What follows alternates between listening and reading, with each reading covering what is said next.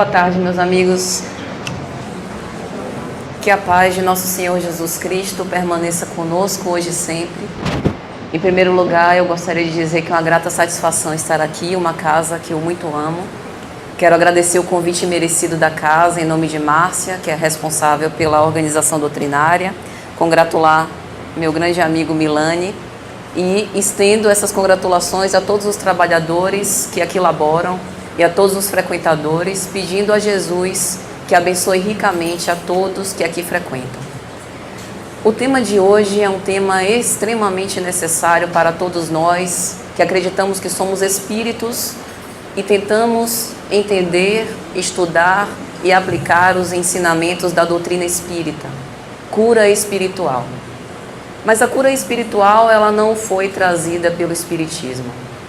Jesus, o médico de todos, o rei dos mansos, o príncipe dos céus, há mais de 2000 anos veio ter conosco e veio vivenciar e experienciar todos os ensinamentos que ele nos legou junto conosco. Ele abdicou a governança não apenas do orbe, mas de todo o sistema interplanetário. Ele abdicou de viver por largos anos das blandícias de paz, da sensação de plenitude que só um espírito puro é capaz de ter esse tipo de experiência, para vir ter conosco, enfermos d'alma, pobres, desvalidos e sedentos do seu amor. E ainda hoje, mais de 20 séculos que Jesus esteve conosco, nós ainda sentimos sede, nós ainda sentimos fome desse pão da vida, e nós ainda padecemos de enfermidades morais e espirituais e buscamos a nossa cura. É por isso que nós vamos rememorar as cenas do cristianismo primitivo e vamos nos lembrar do capítulo 9 de Mateus, quando Mateus conta a cura de um paralítico. Jesus estava se deslocando de barco de volta a Cafarnaum. E quando ele chega, um grande adensamento de pessoas se acercam dele. E dentre eles, uma cena bastante atípica, 4 homens levantando um paralítico sobre um leito, tentando se aproximar de Jesus. E aqui nós temos a primeira grande lição dessa parte do Evangelho. Quem quer se curar tem vontade, tem poder de decisão. Exatamente como a mensagem lida agora há pouco por irmão Natividade. Leon Denis, na obra O Problema do Ser, do Destino e da Dor, vai dizer que a vontade é a maior de todas as potências humanas. Isso significa que se eu tiver vontade suficiente, eu sou capaz de lograr êxito em todas as tarefas que eu quiser. E isso, para o espírito, tem uma proporção enorme, uma proporção infinita, porque a evolução é infinita. Então Jesus, percebendo uma aproximação um tanto quanto estranha, deixa que as cenas se transcorram. Mas é no Evangelho de Marcos, no capítulo 2, que ele narra de uma forma ainda mais cômica a situação. Disse que esses 4 homens, para levar esse paralítico do leito até Jesus, vão até o telhado, tiram algumas telhas e tentam descer o leito até próximo de onde Jesus estava.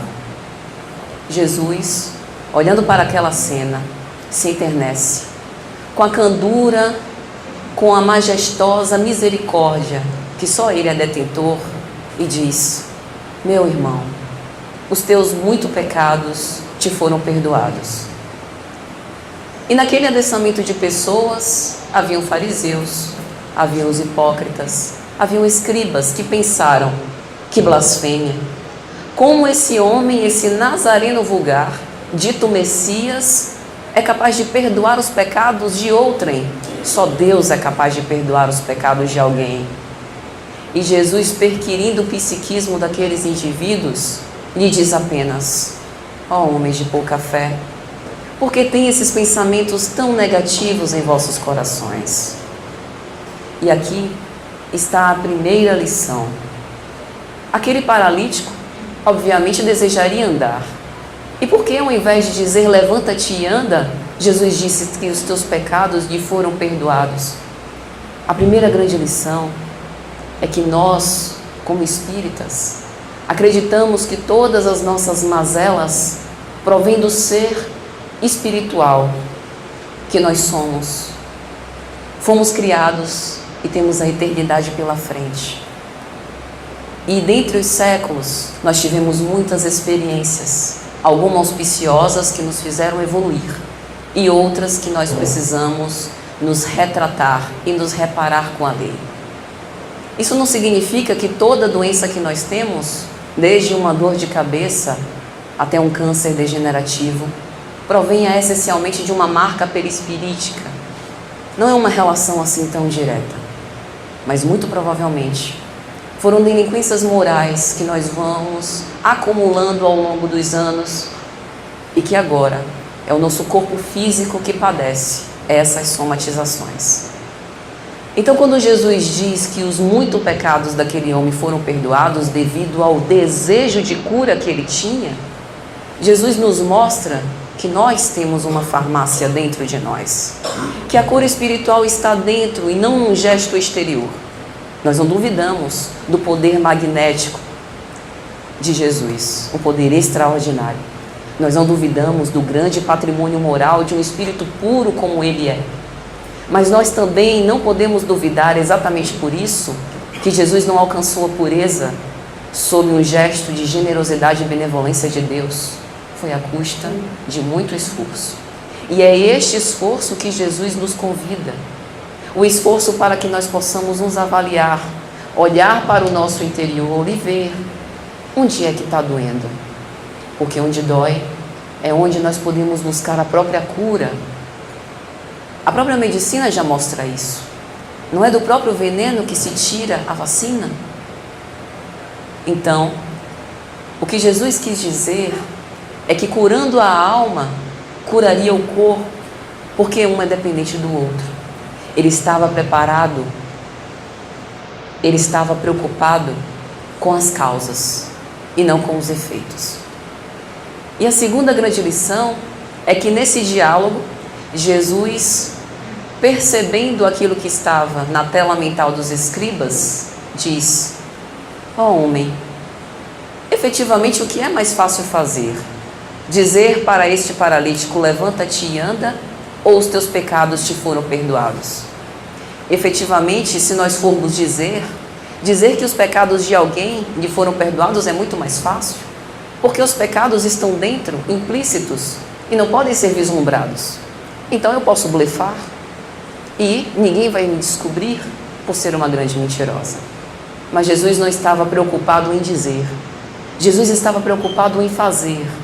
E essa é a terceira grande lição dessa passagem evangélica, porque os escribas estavam preocupados mais em ações exteriores para ostentar uma virtude que ainda não dispunham, que ainda não haviam logrado. Portanto, quando Jesus diz isso, ele continua: homem, levanta-te e anda, toma do teu leito e vai para casa, e não tornes a pecar. Observe que lição preciosa que ele nos dá. Em primeiro lugar, ele nos mostra que a causa da nossa enfermidade e da nossa cura está dentro de nós. Em segundo lugar, ele exalta a força de vontade para querer estar curado. E em terceiro lugar, ele que apregoava tanto o amor à autonomia, nos chama a responsabilidade. A partir de agora, esteja consciente de que você tem um poder magnífico sobre você mesmo. E não torne a delinquir, a cometer os velhos equívocos. Mas em cometendo, não se martirize pela culpa. Levanta, persevera e caminha intimorato mais à frente. Porque a vida é isso. A vida não é uma ascensão sem tropeços. A vida passa por turbulências.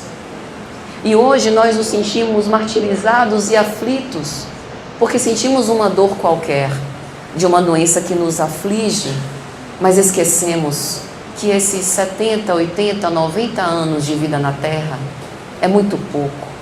É um facho muito singular, muito curto diante da eternidade que nos aguarda.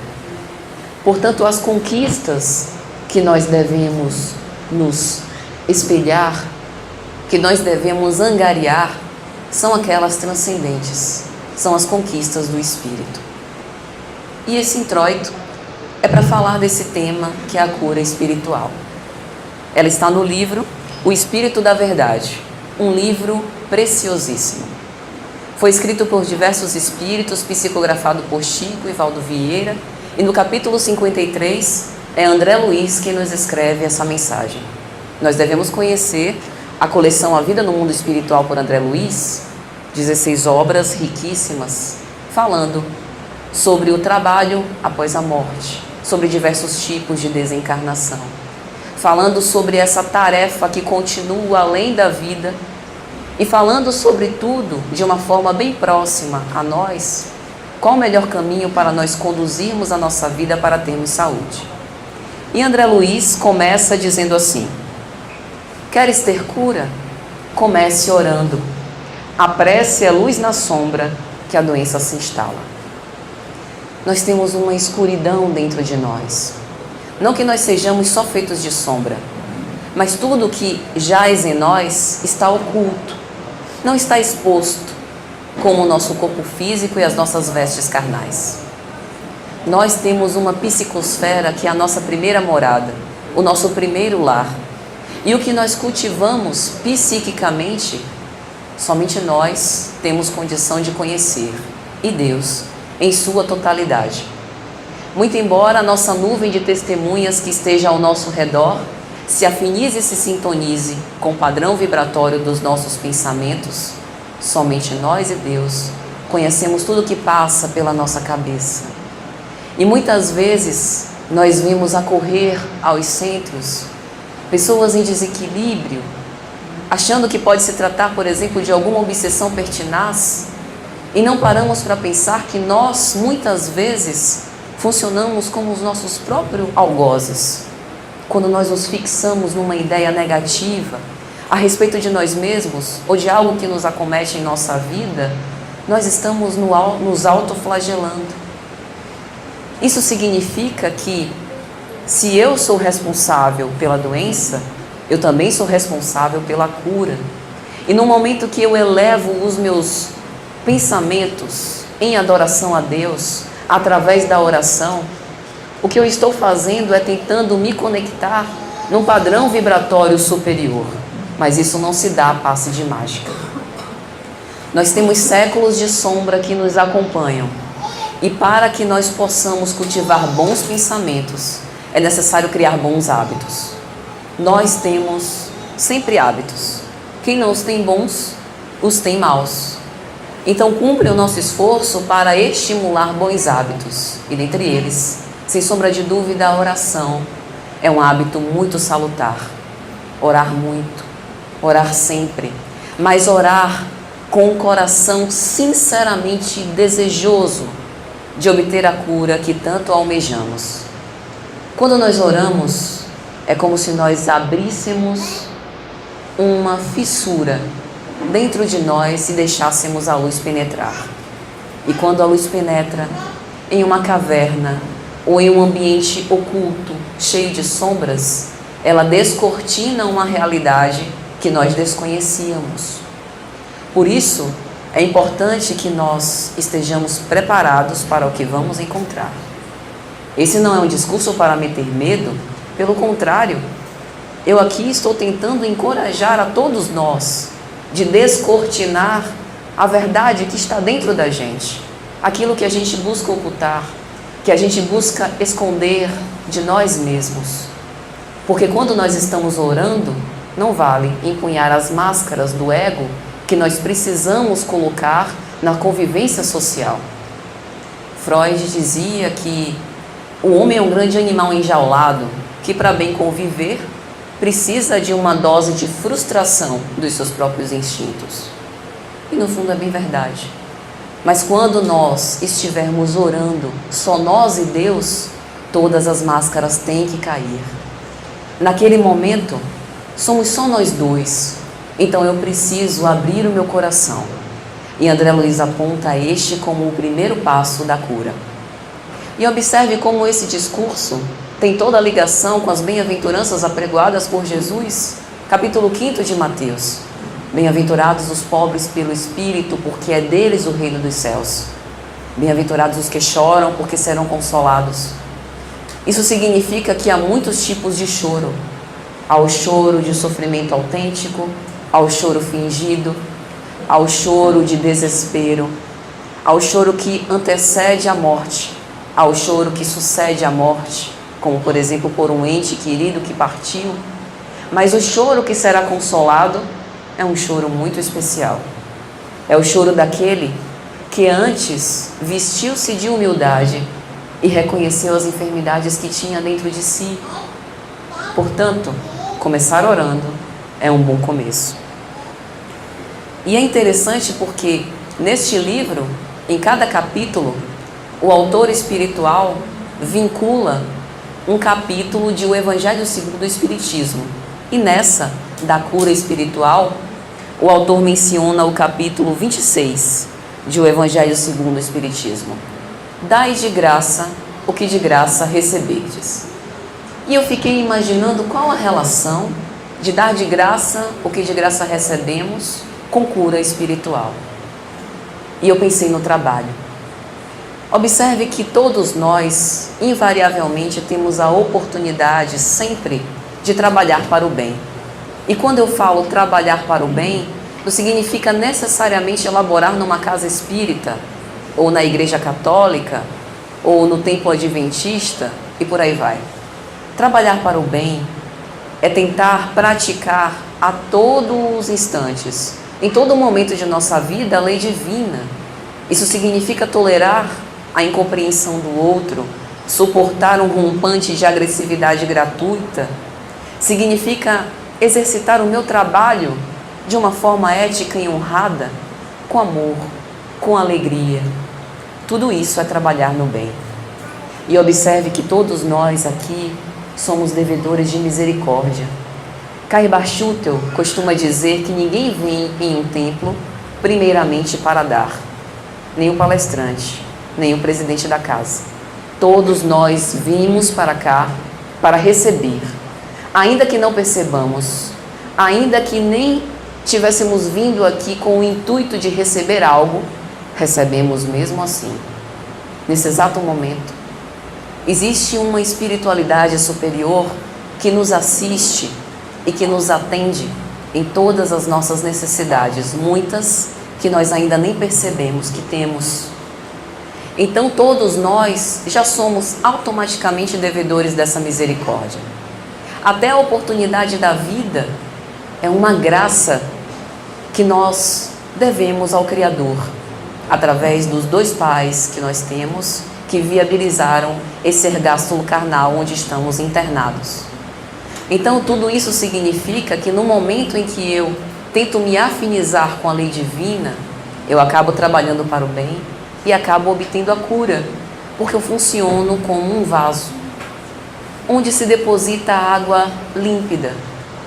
Nós temos as nossas impurezas, as nossas imperfeições, e essa água limpa pode até ser em algum grau conspurcada, mas não tem problema.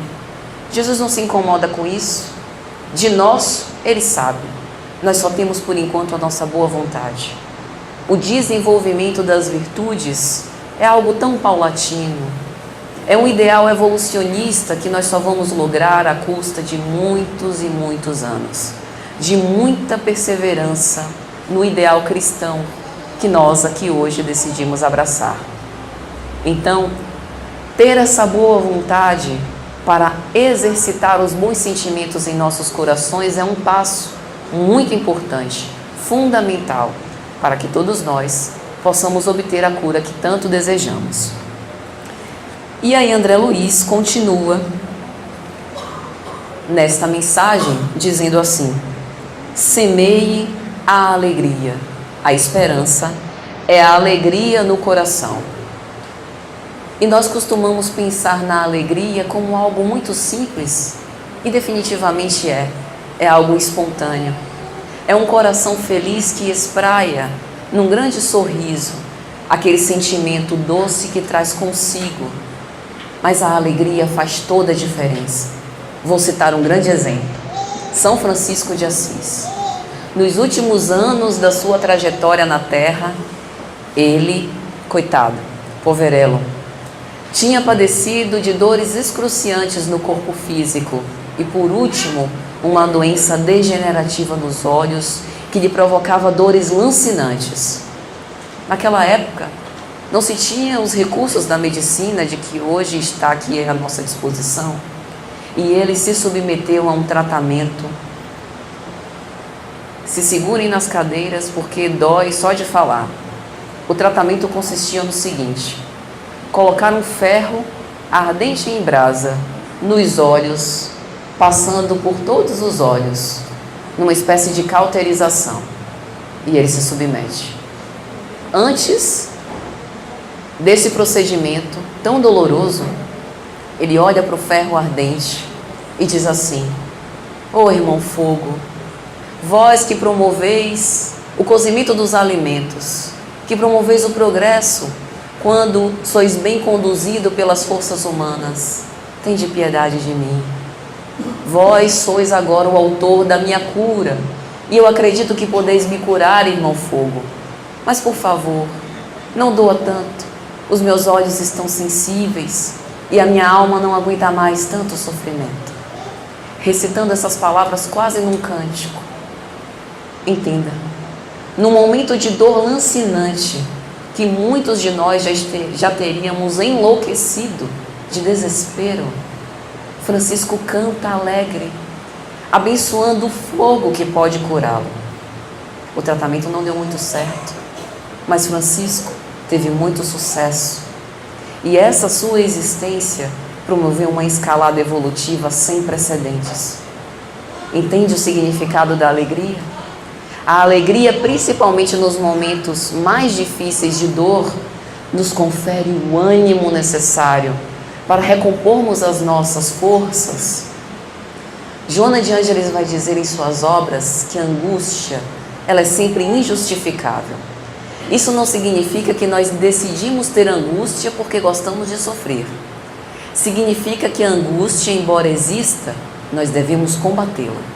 E como é que nós combatemos a angústia? Trocando de pensamentos. É difícil, é muito difícil, mas é necessário para a nossa própria saúde espiritual. Afinal, queremos ou não queremos a cura? E eu tenho um outro exemplo de alegria.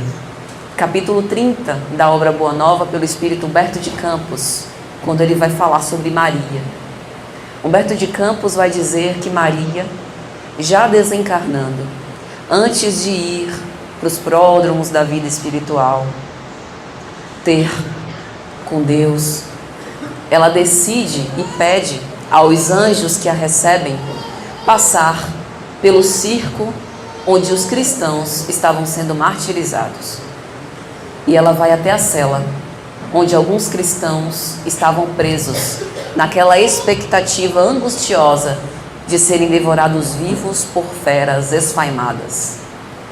Maria observa uma jovem por volta dos seus 20 anos de idade, pele e osso, esquálida, sem nenhum traço de otimismo. Quem teria, meus amigos, otimismo numa cena grave como essa?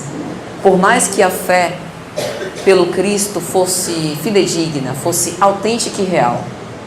E aí ela se aproxima dessa jovem e diz: canta, minha filha, enche o teu coração de coragem e de amor. Perceba que esse momento é um momento glorioso na sua existência.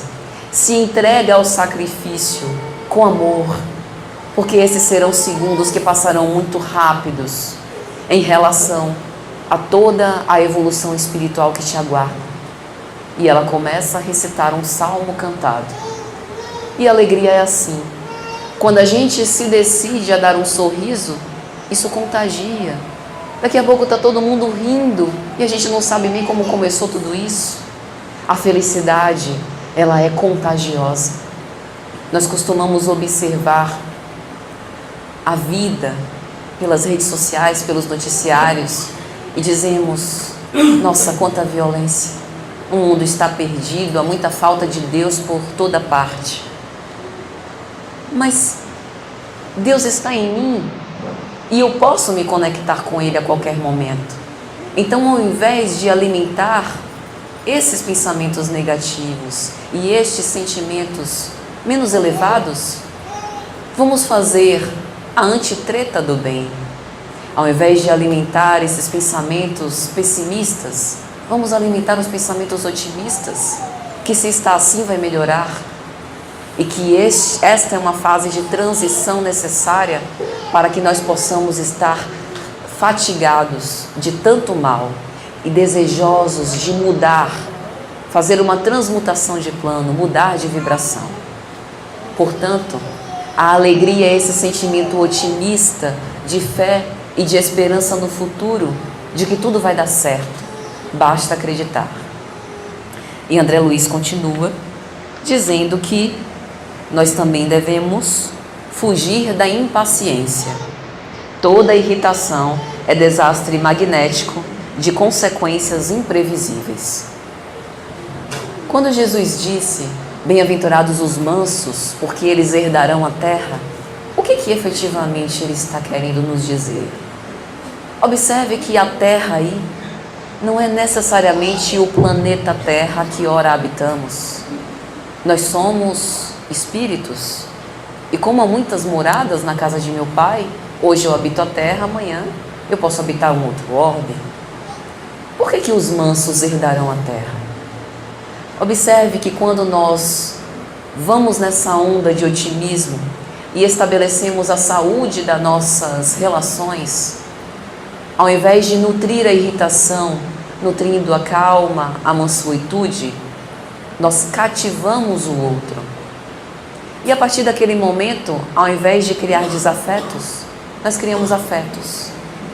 Ao invés de ostentar uma feição sisuda, um senho um tanto quanto irritadiço, eu decido distribuir sorrisos e dar ao outro que convive comigo aquilo de melhor eu tenho dentro de mim.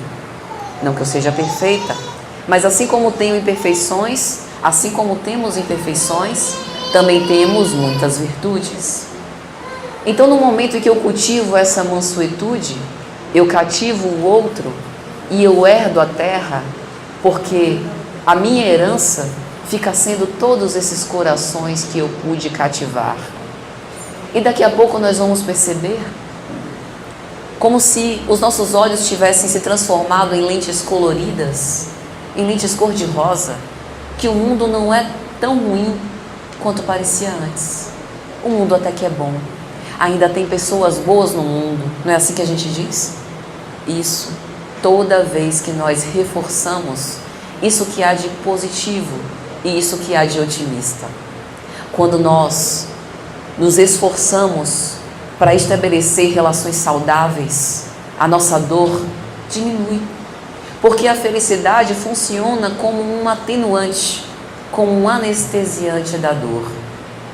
Não é como o ópio, que muitas vezes nos leva para o despenhadeiro moral, através da drogatição. A felicidade é esse sentimento de alegria e de tristeza. É um sentimento de plenitude que nos invade e que nos dá paz e que fica para sempre. Felicidade é uma conquista nossa. E observe que no nosso trato com o outro, nós precisamos do outro para descobrir as nossas próprias imperfeições. Porque no momento em que eu convivo com uma pessoa que eu digo que é difícil, em verdade difícil não é ela. Difícil sou eu que não consigo conviver com ela sem me desarranjar em termos de paz interior. Então a pessoa difícil, na verdade, me mostra aquilo que eu ainda não consegui lograr. Me mostra que eu preciso ter essa tolerância com o tempo do outro que é diferente do meu. Então, quando nós cultivamos essa mansuetude, nós estabelecemos vínculos sem melindre, sem aquela suscetibilidade muito grande que o outro não pode falar nada, nem falar. Não pode me olhar torto que não fui com a cara de fulano. E quando o meu santo não bate, boa coisa não é. Não é assim que a gente diz? Pois o fulano que não bateu com o seu santo é seu irmão. E nós estamos aqui todos juntos por um grande motivo.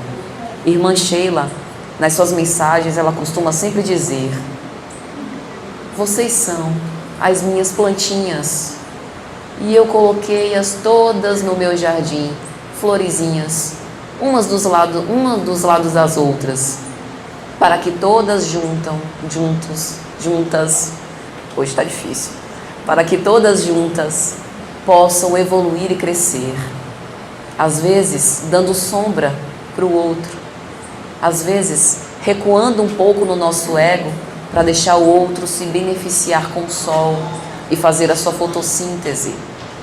E é nestes relacionamentos com o outro que nós nos descobrimos.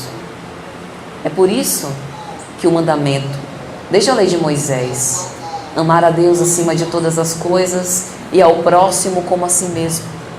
Amar ao próximo é importante, porque todos nós temos um objetivo inexorável: alcançar a evolução.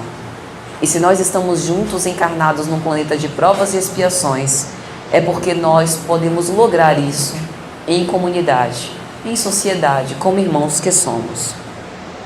Mas André Luiz não para por aí.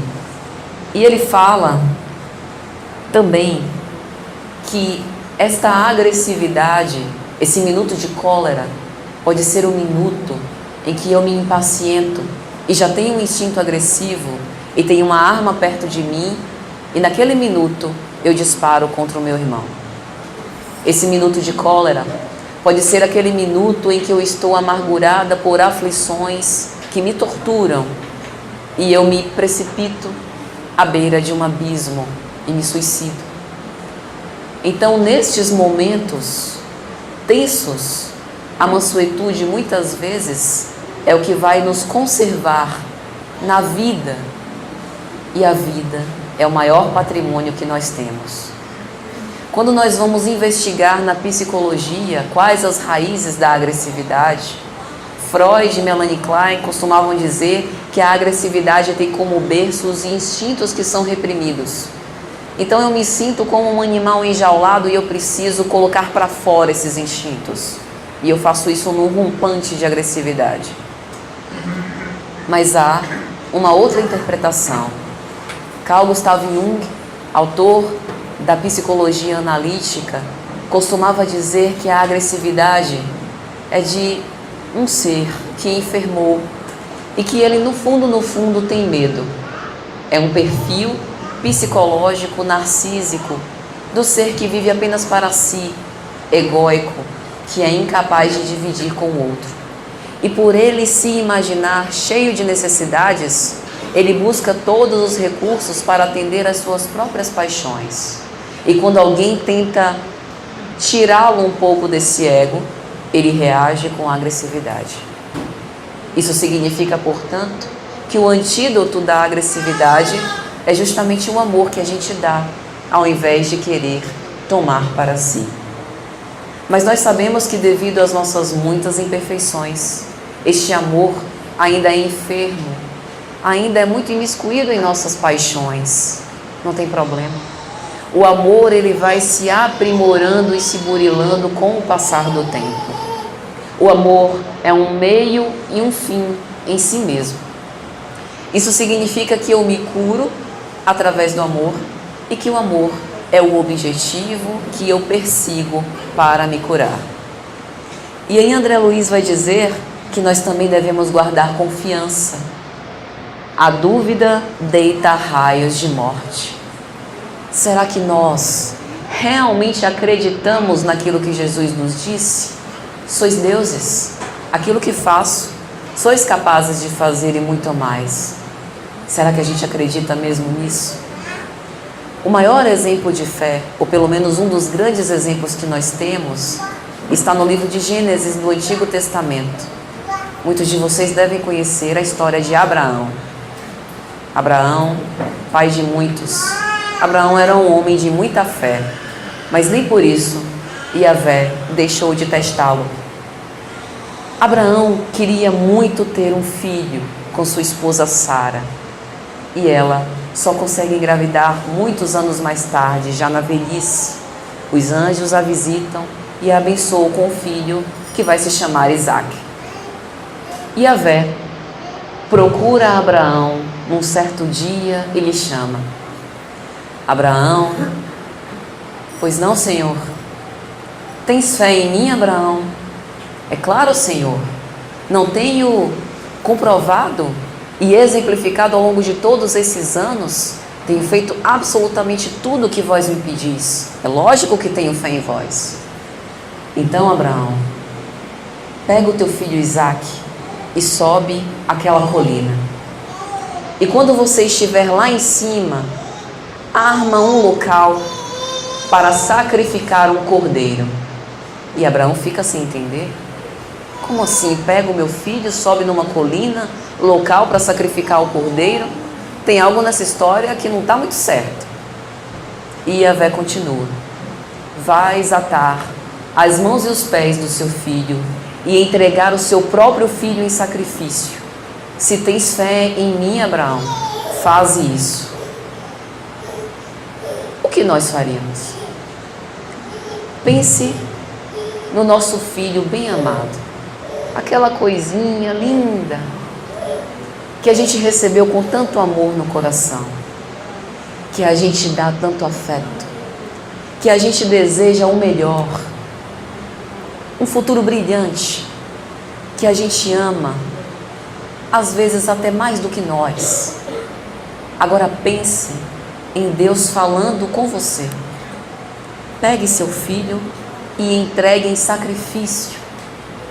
Qual de nós teria a fé suficiente de acreditar que Deus é Pai e Ele não pode pedir efetivamente que eu leve às vias de fato o sacrifício do meu próprio filho?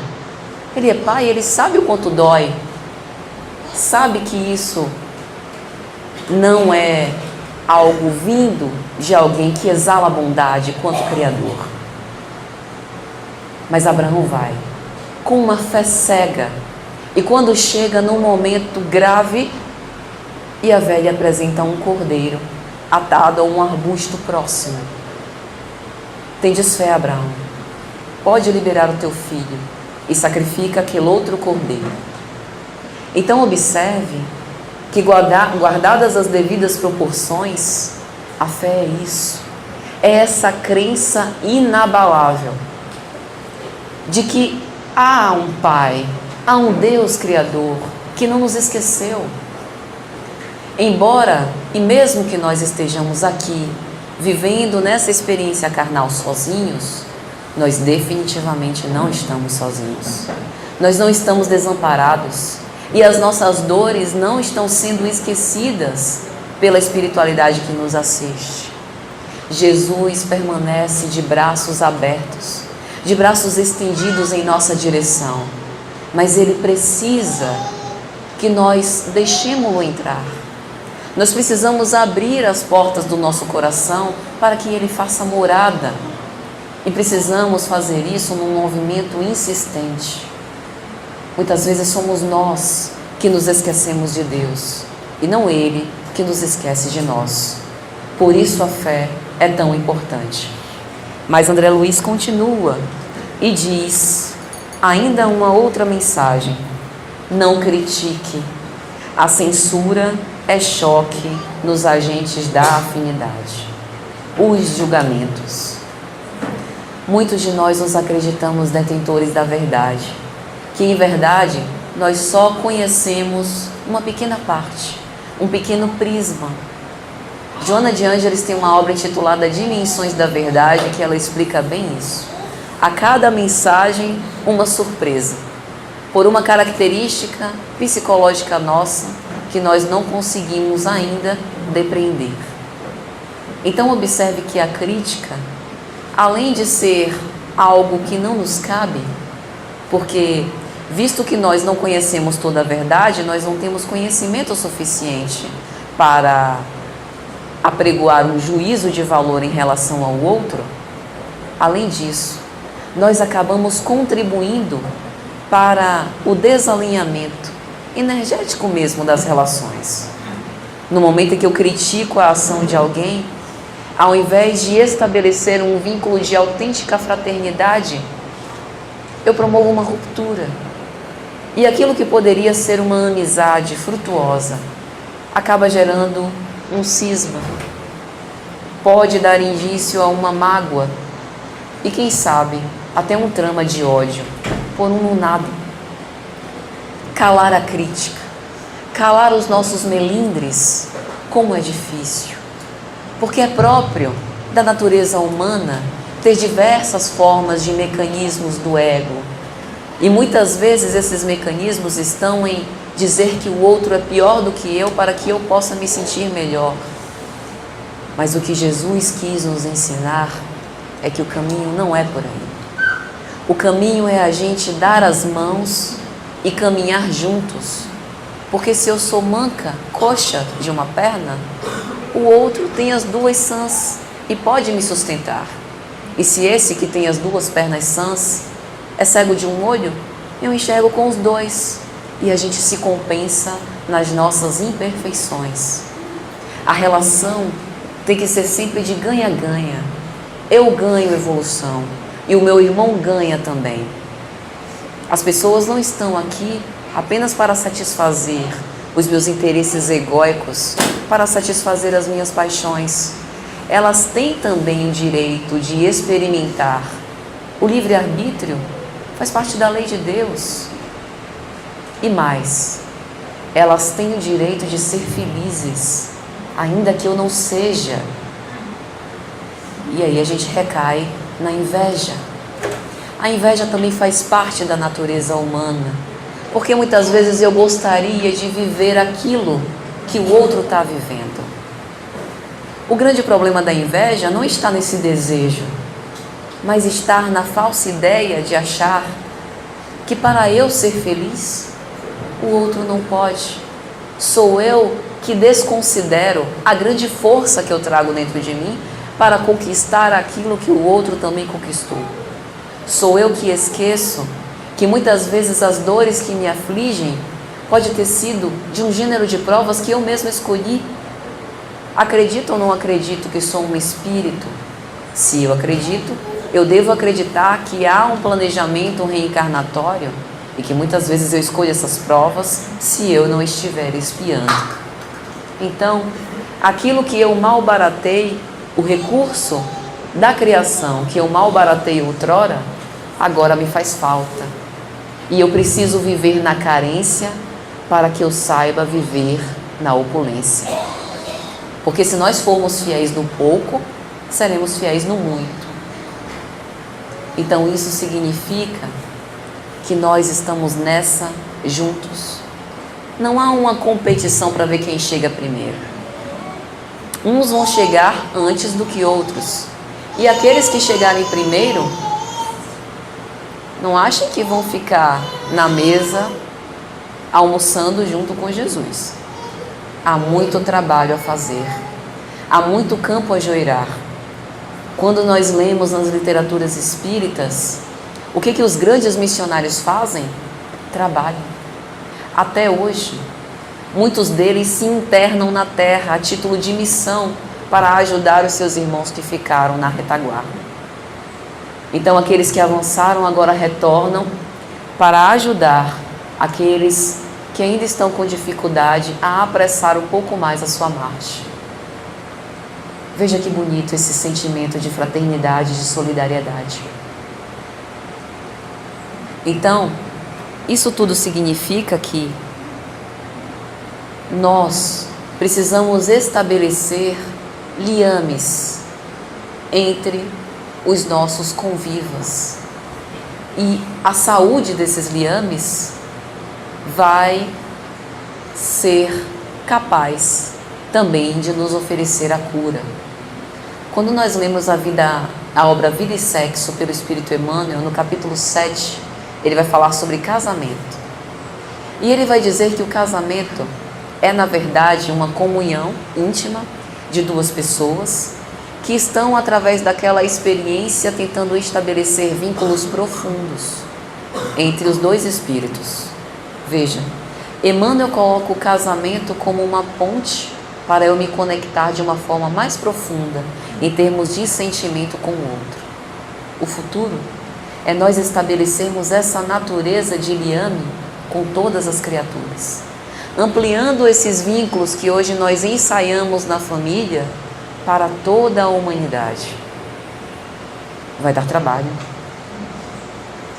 vai levar tempo, e é por isso que Jesus sempre abençoou o cultivo das boas relações familiares, do Evangelho no lar, para que nós sejamos hábeis em estabelecer esses bons relacionamentos primeiro dentro de casa, para depois espelhar esses relacionamentos saudáveis fora. E André Luiz continua dizendo assim: conserve a brandura. A palavra agressiva prende o trabalho na estaca zero. Como nós dissemos, a mansuetude tem essa grande característica de cativar, de atrair, ao invés de repelir e causar repugnância. Gentileza gera gentileza. E o que é que nos custa? Responder com docilidade.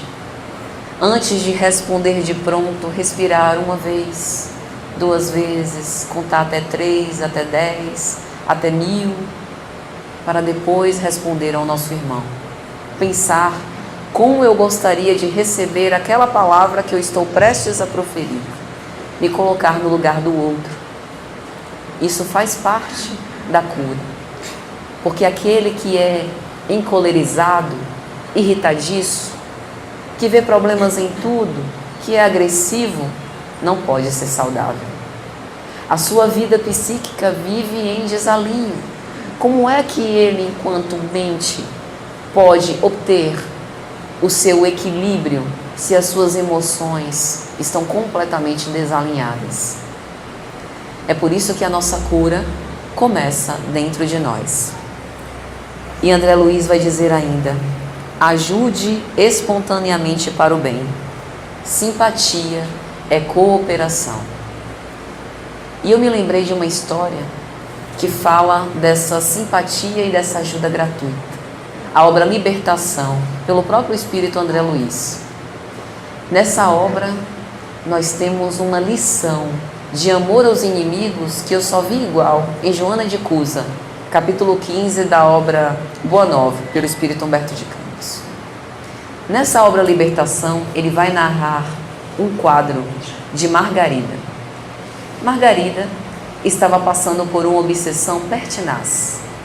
Mais ou menos 60 espíritos, não disse 6, disse 60. Amofinando, martirizando aquela criatura dia e noite.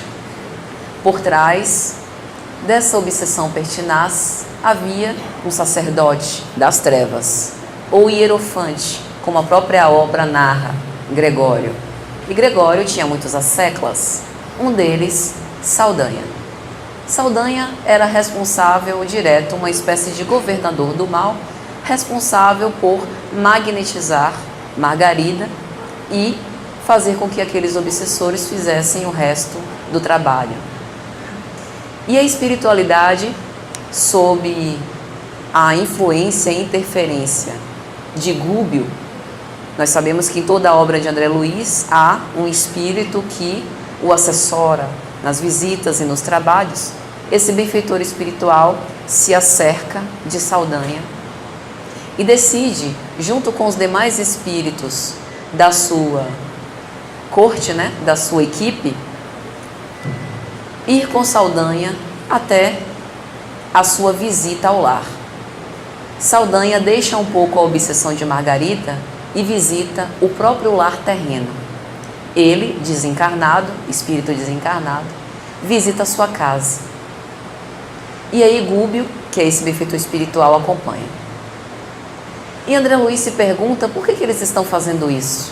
Visitar a casa do chefe das obsessões, com que motivo? E aí Gúbio, espera que você vai ver. Quando chegam na casa, está a mulher de Saldanha, a ex-mulher, que ele já havia desencarnado, e os 2 filhos brigando e blasfemando, não apenas contra Deus, mas contra o próprio espírito do Saldanha. A situação se desenrola e esse filho dele acaba preso mulher e a nora, uma suicida-se e a outra desencarna em dolorosas circunstâncias. Esse rapaz houvera sido preso por um embuste feito. Ele era inocente, mas houvera sido incriminado. E agora estava na cela, amargurado. As duas entidades espirituais, uma que houvera sido sua esposa e outra que houvera sido sua mãe, jungidas, presas junto a ele, pelos laços de afinidade, presas ainda ao corpo, e Saldanha fica angustiado. Gúbio pede a intercessão, pede licença. Saldanha, será que você nos daria a oportunidade de tentar ajudá-lo? Gúbio se ajoelha, pega aqueles 3 espíritos e começa a orar a Jesus, dizendo mais ou menos assim: Senhor Jesus, muitas vezes nós acreditamos que o obsessor é o nosso algoz e nós esquecemos de nos colocar no lugar dele, que muitas vezes por trás dessa obsessão pertinaz fomos nós os algozes, ou ele padece de aflições muito mais graves que as nossas. Aqui nós temos 3 espíritos em aflição. Compadecei-nos de nós, Senhor, para que juntos possamos buscar a cura espiritual. Veja, Gúbio, o benfeitor espiritual dessa obra, nos dá uma grande lição. Ao invés de, num processo de desobsessão, tentar convencer o obsessor de que ele não deve fazer isso porque isso é feio, porque isso é contra a lei divina, porque Deus não gosta, porque a vingança não vai levar ele a lugar nenhum, ele se coloca no lugar daquele que sofre. E com isso, ele cativa, ele faz uma conexão direta com o coração daquele obsessor sofredor. É essa a grande lição que André Luiz quer nos deixar. Se nós queremos realmente as nossas próprias curas, muitas vezes nós vamos precisar, ainda que magoados, ainda que vilipendiados, nos colocar no lugar do outro. Porque se nós não fizermos isso, nós seremos os magoados, nós nutriremos o ódio, e o ódio é um grilhão que nos aprisiona para sempre aquele lugar pesado. Mas nós não queremos isso, nós queremos a libertação. E para que nós possamos partir esses grilhões e nos libertar, nós precisamos amar.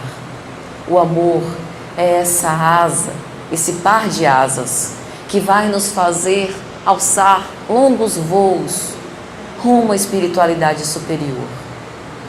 O amor é este meio através do qual nós vamos ornar o nosso espírito de virtudes, a fim de que quando estivermos no festim de bodas, no banquete de núpcias, como narra a parábola de Jesus, nós não sejamos colocados para fora. O amor é o meio e o amor é o fim. O amor é o remédio e é a cura para todos os males e enfermidades de nossa alma. O amor começa amando, bem pequenininho, quase imperceptível, e quando nós nos damos conta, ele vai tomando o espaço daquilo que antes era uma enfermidade e um vício, um desejo de atendimento às nossas próprias necessidades.